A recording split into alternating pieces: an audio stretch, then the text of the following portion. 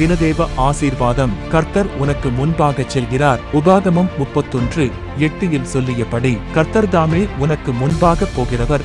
அவர் உன்னோடே இருப்பார். அவர் உன்னை விட்டு விலகுவதுமில்லை, உன்னை கைவிடுவதுமில்லை. நீ பயப்படவும் கலங்கவும் வேண்டாம் என்றான். இது மோசே தன்னுடைய மரணத்திற்கு முன்பாக சொன்ன வார்த்தை. இந்த வார்த்தை யோசுவாவை இஸ்ரவேல் ஜனங்களை வழிநடத்த பலப்படுத்தியது.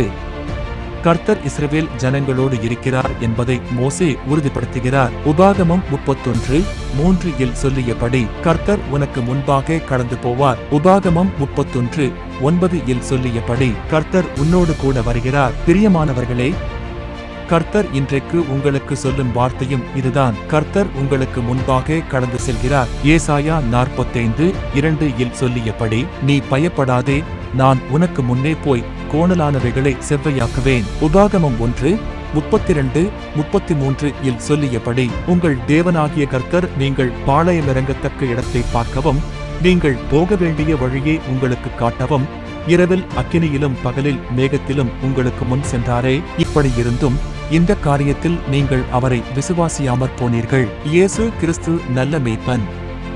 அவர் உங்களை ஒரு மேய்ப்பன் நடத்துகிறது போல நடத்துகிறபடியால் அவர் உனக்கு முன்பாக செல்கிறார். யோவான் 10:4 சொல்லியபடி அவன் தன்னுடைய ஆடுகளை வெளியே விட்ட பின்பு அவைகளுக்கு முன்பாக நடந்து போகிறான். ஆடுகள் அவன் சத்தத்தை அறிந்திருக்கிறபடியினால் அவனுக்கு பின் செல்லுகிறது. உபாகமம் 1:30 சொல்லியபடி உங்களுக்கு முன் செல்லும் உங்கள் தேவனாகிய கர்த்தர் தாமே எகிப்தில் உங்களோடிருந்து உங்கள் கண்களுக்கு முன்பாக செய்தது எல்லாவற்றைப் போலவும் வனாந்தரத்தில் செய்து வந்தது போலவும் உங்களுக்காக யுத்தம் பண்ணுவார். இன்றைக்கு கர்த்தர் உனக்கு சொல்லுகிறதாவது, நான் உனக்கு முன்பாக போய் யுத்தம் செய்து உனக்கு ஜெயத்தை கொடுப்பேன். ஆம், அவர் உனக்காக யுத்தம் செய்வார். கர்த்தர் உனக்காக யுத்தம் செய்து ஜெயத்தை கொடுக்க வேண்டுமானால் நீங்கள் என்ன செய்ய வேண்டும்? நீங்கள் தேவ சமூகத்தில் அவருடைய ஆலோசனைக்காக காத்திருந்து அவர் உங்களுக்கு கொடுக்கிற ஆலோசனைக்கு கீழ்ப்படிய வேண்டும். நீங்கள் அவ்விதமாய் செய்கிறீர்களா? தாவீதின் வாழ்க்கையில் அவன் எவ்வாறு தேவனுடைய ஆலோசனையின் படி செய்து ஜெயத்தை பெற்றுக் கொண்டான் என்று பார்க்கிறோம்.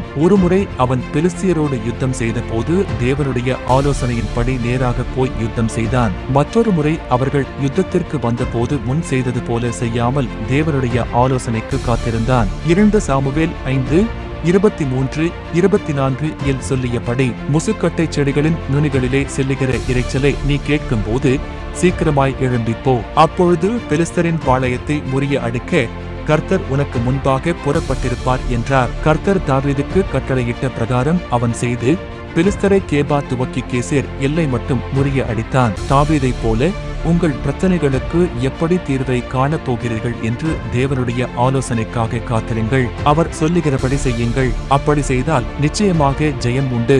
யாத்திராகமம் 33:14 சொல்லியபடி அதற்கு அவர், என் சமூகம் உனக்கு முன்பாக செல்லும், நான் உனக்கு இளைப்பாறுதல் தருவேன் என்றார். உனக்கு முன்பாகச் செல்லும் கர்த்தர் உனக்காக ஜெயம் தருவார். கர்த்தர் தாமே இந்த வார்த்தைகளை ஆசீர்வதிப்பாராக.